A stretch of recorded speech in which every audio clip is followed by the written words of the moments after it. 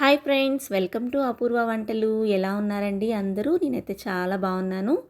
మీరందరూ కూడా చాలా చాలా బాగున్నారని ఆశిస్తూ, ఇప్పుడు సీజనల్గా క్యాలీఫ్లవర్ ఎక్కువగా వస్తున్నాయి కదా, దాంతో పకోడీని ఎలా ప్రిపేర్ చేసుకోవాలో చూద్దాము. ఈ పకోడీ అయితే చాలా బాగుంటుందండి టేస్ట్. నేనైతే టేస్ట్ చేస్తున్నాను. అసలు చాలాసార్లు ప్రిపేర్ చేశాను, ఎప్పుడు చేసినా ఎక్సలెంట్గా వస్తుంది. కొన్ని టిప్స్ ఫాలో అవుతే ఫస్ట్ అయితే చక్కగా పువ్వుని విడలు తీసుకొని పక్కన పెట్టుకున్నాను.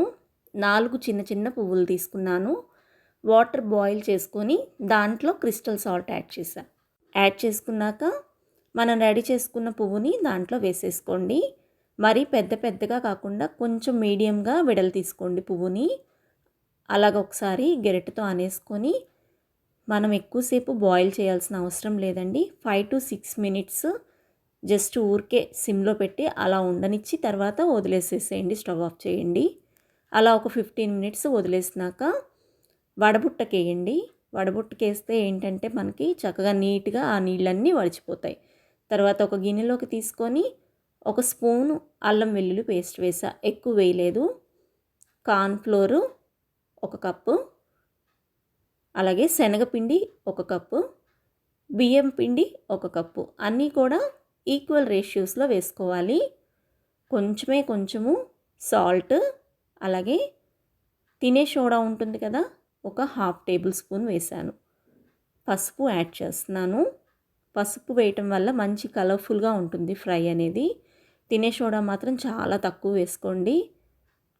1/2 టేబుల్ స్పూన్ కూడా కాదు, ఇంకా దానిలో కూడా సగమే వేసుకుంటేనే మనకి క్రిస్పీగా వస్తాయి, హెల్త్కి కూడా మంచిది.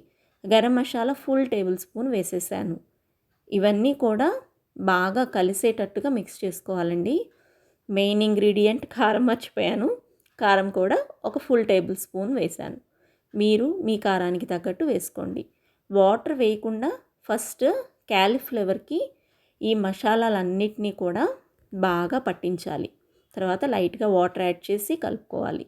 ఈ లోపల ఆయిల్ హీట్ పెట్టేసుకున్నాను. ఆయిల్ హీట్ అవుతూ ఉంటుందని చూడండి, బాగా మిక్స్ చేసుకోవాలి. కానీ వాటర్ మాత్రం చిన్న టీ గ్లాస్ పడతాయి, అది కూడా చల్లుకుంటూ లైట్గా అట్లాగా ఈ రేషియోలో ఇలాగా కలుపుకుంటే సరిపోతుందండి. కన్సిస్టెన్సీ అలా రావాలి. ఆయిల్ హీట్ అయింది కదా, ఆయిల్ని సిమ్లో పెట్టుకోండి, మంట పెట్టుకొని పకోడీ విడివిడిగా వేసుకోండి.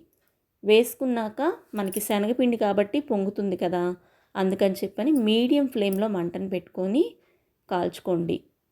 ఇలా మీడియం ఫ్లేమ్లో మంటను పెట్టుకొని ఫ్రై చేయటం వల్ల క్యాలీఫ్లవర్ ఆల్రెడీ వాటర్లో 50% ఉడికితే ఇప్పుడు ఆయిల్లో ఫ్రై చేయటం వల్ల కూడా చక్కగా ఉడికిపోతుంది. అదే హైలో పెట్టి ఫ్రై చేశారంటే క్యాలీఫ్లవర్ ఉడకదండి, మాడిపోతుంది, టేస్ట్ కూడా బాగుండదు. ఇలా ఫ్రై చేసుకోండి, సూపర్ టేస్టీగా ఉంటుంది. మీరు కూడా ఒకసారి ట్రై చేసి మీకు ఎలా వచ్చిందో నాకు కామెంట్ బాక్స్లో తెలియచేయండి. కొత్తగా మన వీడియోస్ చూస్తుంటే సబ్స్క్రైబ్ చేసుకోండి ఇలాంటి మంచి మంచి వంటల కోసం. వీడియో నచ్చిందా? నచ్చితే లైక్ చేయండి, షేర్ చేయండి. Thank you for watching.